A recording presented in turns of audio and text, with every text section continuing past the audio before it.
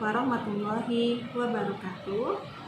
Yang saya hormati Bapak dan Ibu Asesor dimanapun berada.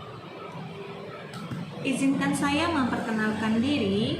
Nama saya Novi Susanti, SST MKes. Saya dosen dari Akademi Kebidanan Sehati. Pada video kali ini, saya akan menjelaskan tugas kewajiban saya sebagai dosen dalam menjalankan Tridharma Perguruan Tinggi, khususnya pada bidang pengajaran. Mata kuliah pokok yang selalu saya ampuh di setiap tahunnya berdasarkan background pendidikan saya dan jabatan fungsional saya, yaitu mata kuliah komunikasi dalam kebidanan. Mata kuliah ini berbobot 3 SKS yang terdiri dari teori dan praktek.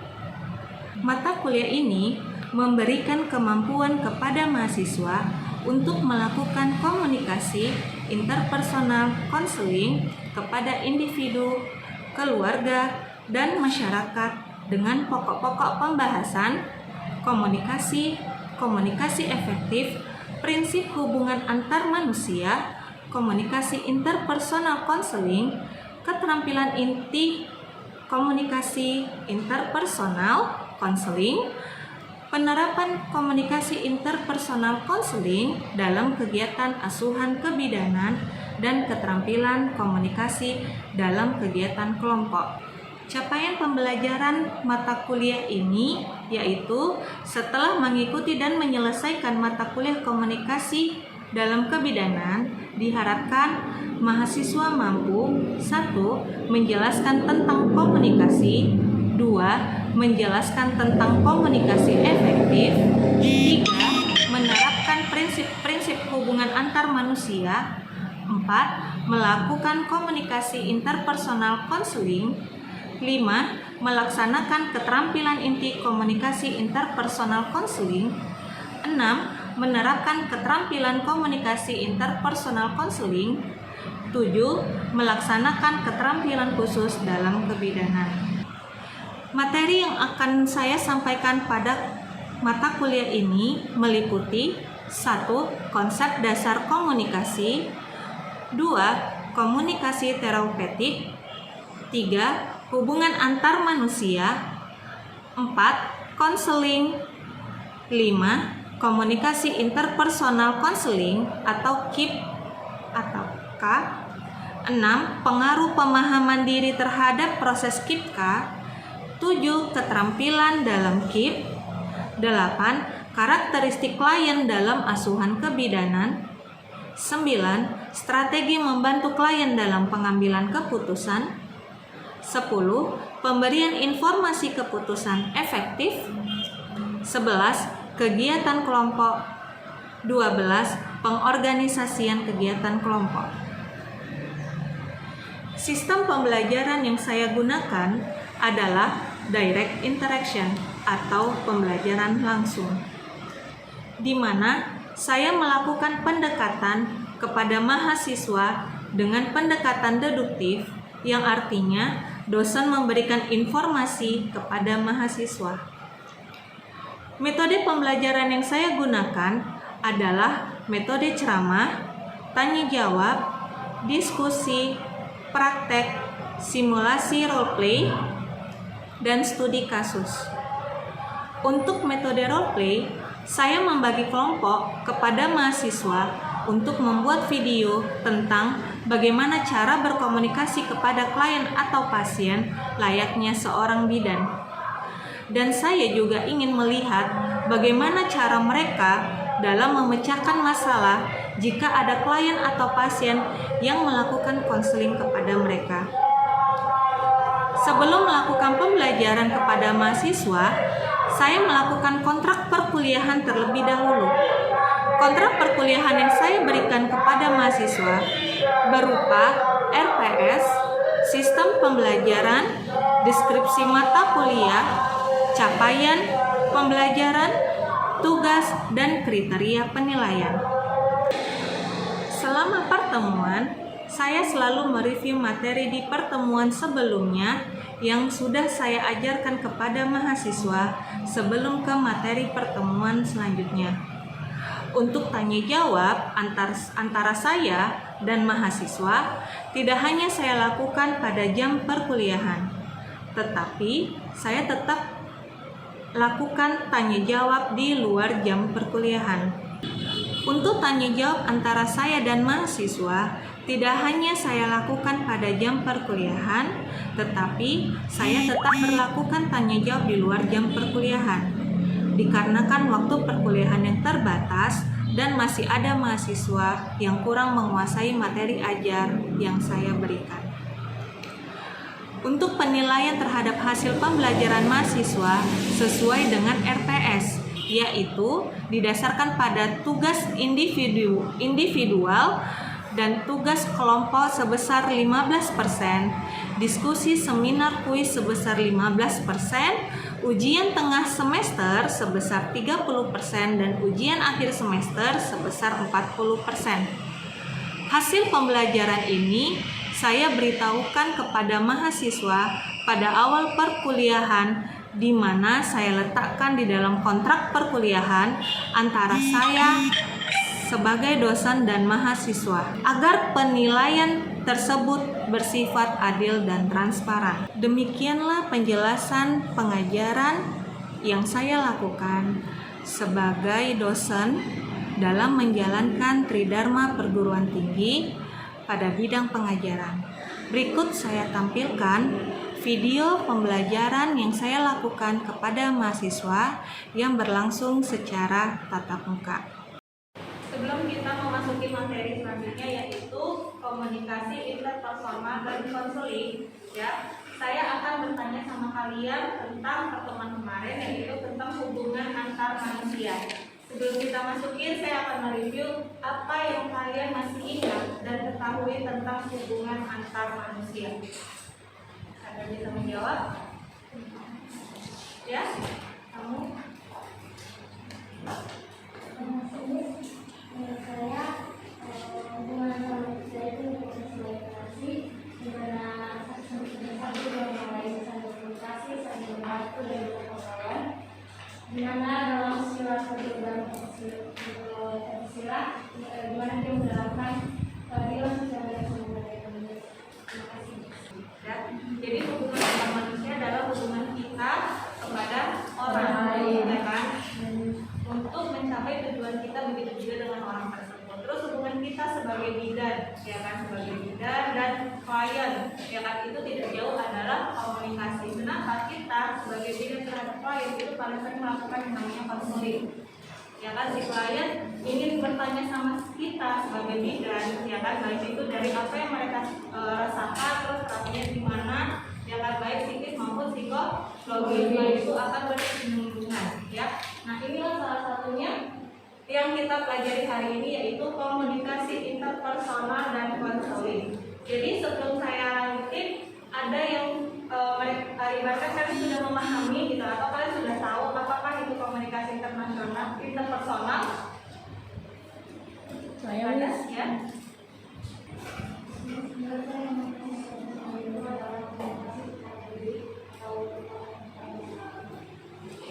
Nah, jadi komunikasi interpersonal itu antara kita dengan klien, ya kan, baik secara individu maupun ada yang kelompok, ya kan, seperti itu. Jadi komunikasi itu ada interpersonal, ada intrapersonal.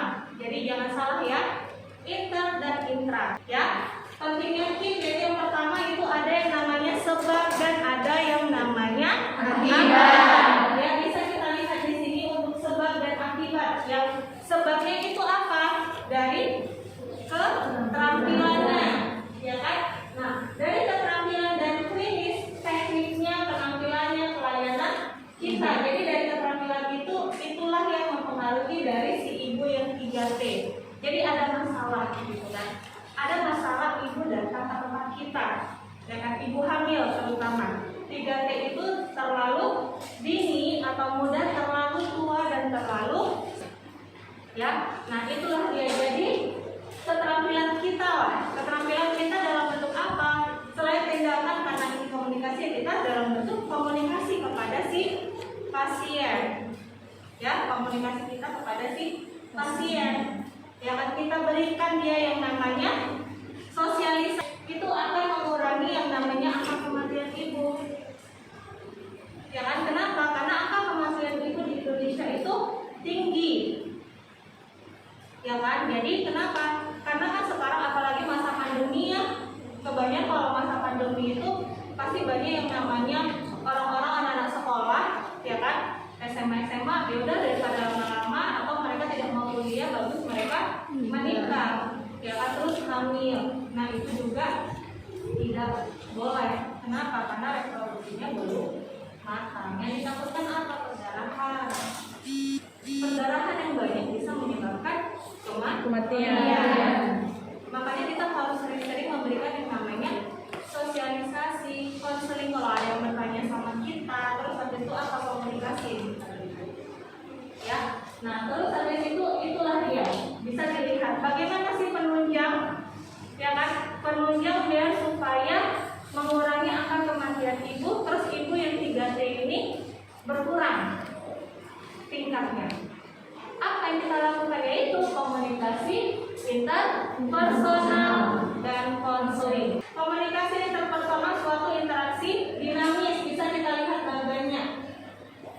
Ada bidan, ada klien. Ya, kita menyampaikan pesan ke klien. Si bidan menyampaikan pesan ke klien, si klien menyampaikan pesan ke kita. Ya kan? Nah, ada umpan baliknya. Umpannya apa? Ya kan? Dari klien atau dari ibu hamil, dari keluarga si pasien, dari si suami. Dia akan bertanya kepada kita, melakukan konseling kepada kita. Ya kan? Apalagi kayak yang ibu-ibu baru menikah, ibu-ibu muda, pasangan suami istri yang baru menikah, pasti bertanya kalau seandainya istrinya hamil. Faktor penghambat dari KIP ada faktor individual. Ya, jadi individual yang paling mempengaruhi adalah budaya. Ya kan, yang paling mempengaruhi adalah budaya. Terus faktor yang berkaitan dengan interaksi. Ya kan, yaitu kita melihat dari tujuan dan harapannya, ya, sama sikapnya. Situasional, percakapan yang dipengaruhi oleh kondisi lingkungan. Ya kan, jadi situasi percakapan seperti ini, percakapan kesehatan antara bidan klien, polisi dengan pelanggar lalu lintas. Ya, situasinya. Nah, situasinya apa? Yang paling penghambatnya, ya. Misalnya ada datang klien ingin bertanya, ya kan? Pada saat kalian mendengarkan masalah atau keluh kesah si klien, tiba-tiba datanglah ibu yang ingin melahirkan. Ya kan, kalian bingung kan? Mana yang harus kalian lakukan? Tindakan mana yang harus kalian lakukan? Menolong persalinan atau mendengarkan masalah? Menolong persalinan. Menolong persalinan. Padahal si klien benar-benar dia ingin mencari solusi yang cepat. Itulah bingung kan? Itulah salah satu penghambatnya untuk situasi. Ya, nah kompetensi dalam melakukan percakapan inilah yang sering salah satu penghambat terbesar. Kenapa? Karena di sini ya kebanyakan kita yang ditanya kita sendiri aja nggak tahu. Kita yang ditanya kita sok tahu, padahal yang kita sampaikan adalah salah. Kenapa? Itu diakibatkan oleh apa? Kurangnya pengetahuan. Ini ada pertanyaan. Sebutkan 3 alasan mengapa Anda ingin mempunyai keterampilan dalam komunikasi interpersonal yang efektif.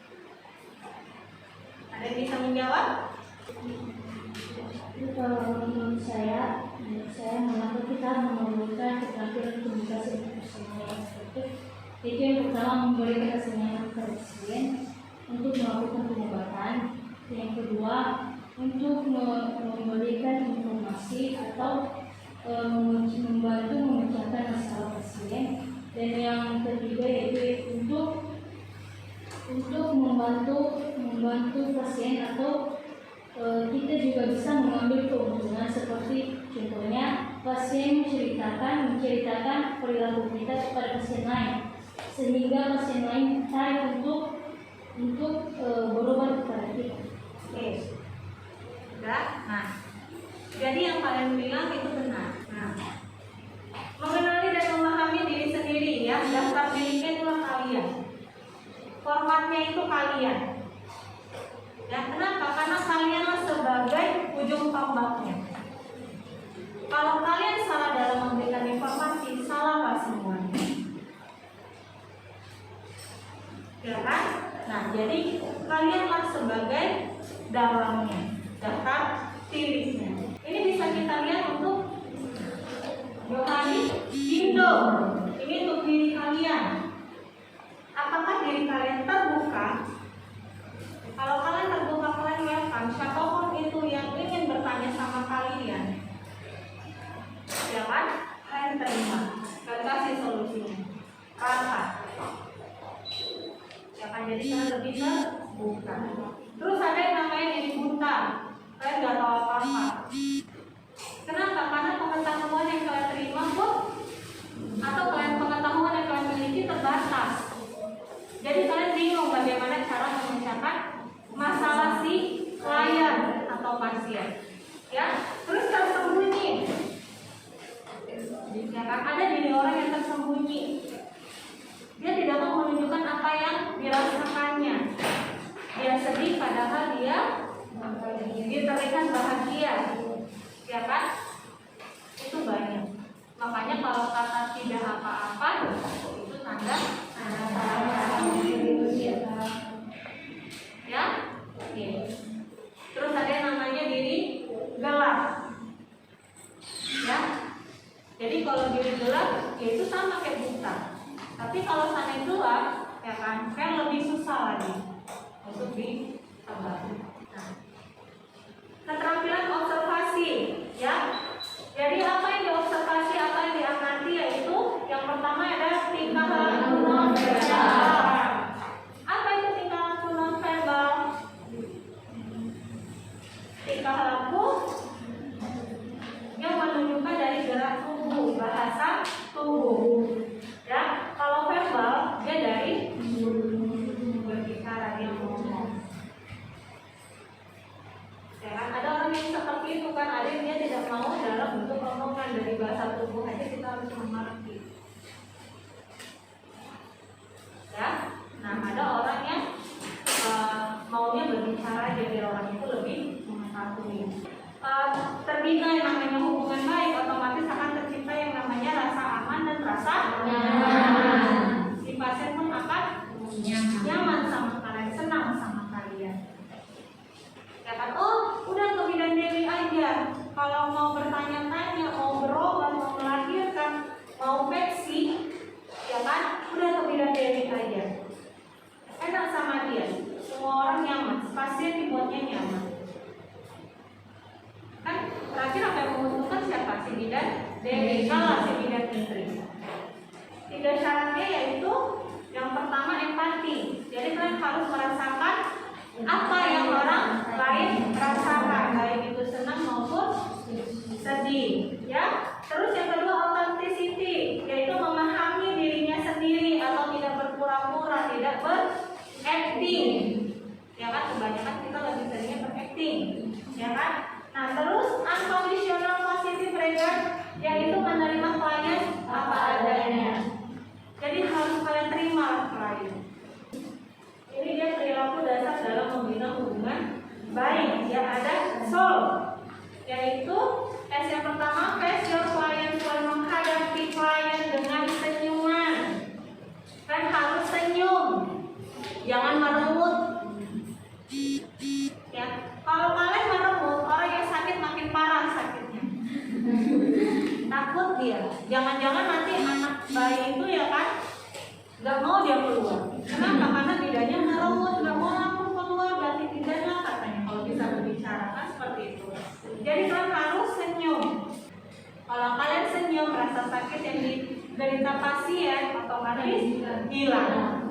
Ya. Nah, terus open, kan harus terbuka. Ya, harus terbuka. Oke, nah terus line towards client, terus lebih mencondong ke klien, sehingga si klien merasa bahwasanya kalian menerima dia, mau mendengarkan dia, dan kalian akan memberikan solusi sama dia. Rasa nyaman itu selalu ada. Terus eye, kontak mata. Jangan nanti kalau seandainya datang si pasien kepada kalian, ingin mereka bertanya, dia ingin melakukan yang namanya konseling, tapi kalian nggak menatap mata dia, nggak menatap dia, otomatis dia merasa kalian nggak peduli. Lakukan kontak mata. Terus relax, santai kalian. Terus lebih menunjukkan kalau kalian welcome, lebih bersikap bersahabat. Kalau kalian peduli, seperti itu. Kan harus memberikan rasa peduli sama mereka. Ya, itu yang harus kalian miliki sebagai seorang bidan.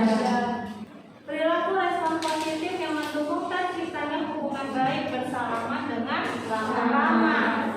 Kalian harus bersalaman dengan ramah. Terus mempersilahkan duduk. Jadi pertama datang, selamat pagi ibu, gitu kan? Nah, salamanlah kalian, karena kalau seandainya ini pandemi, kalian harus seperti ini. Selamat pagi Bu, perkenalkan nama saya Bidan Dewi, ya kan? Nah, mohon Bu, kasihlah kursi, ya kan? Setelah itu apa? Ada yang bisa saya bantu Ibu? Dengarkanlah apa lalu pesan dia.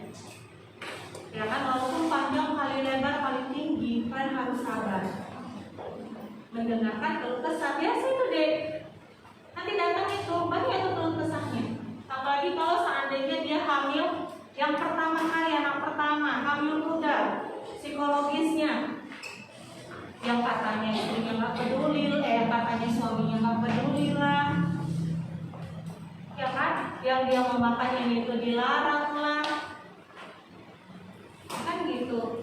Yang dia takut-takut lah, itu banyak bakal kalian hadapi nantinya di lapangan. Ya kan, jadi kalian harus sabar mendengarkan keluh kesah dia, ya kan. Terus jangan pernah memotong pembicaraannya. Harus sabar, dengarkan dia sampai selesai. Condongkan kalian tubuh kalian ke dia, lihatkan dia berbicara, dengarkan, lihat, terbuka, berikan rasa empati. Jangan pernah kalian memotong pembicaraannya sebelum dia selesai. Ya, terus setelah itu kalian jaga kerahasiaannya. Jangan beda-bedakan. Ya, itu juga rahasia klien itu termasuk dalam sumpah kalian sebagai bidan. Bukan berarti tidak ada sumpah, kan sumpah. Ya, baru terus tidak melakukan penilaian. Jadi langsung kalian jangan langsung menjudge, oh gimana lah, ibu aja tuh kayak gitu, terlalu manja kali, baru hamil. Kalian akan saya kasih tugas tentang video, pembuatan video. Jadi video itu, ya kan, tugas kalian itu per kelompok. Satu kelompok itu 3 orang, ya, terdiri dari bidan, ibu, sama suami, ya kan. Jadi saya ingin lihat bagaimana komunikasi kalian, peran kalian sebagai bidan, ya kan, peran kalian sebagai klien dalam berkomunikasi. Ya, misalnya ibu hamil datang ke klinik mengeluh rasa sakit, mengeluh rasa ini, apalah yang kalian lakukan. Saya ingin lihat interaksi, komunikasi interpersonal kalian. Ya, video. Ya, buatlah kalian benar-benar yang saya nilai itu bagaimana peran kalian sebagai bidan, bagaimana peran kalian sebagai pasien yang ingin bertanya, ya kan, penyampaiannya, komunikasi interpersonalnya gimana, konselingnya gimana, itu yang saya nilai. Oke, nah video itu saya berikan waktu 2 minggu.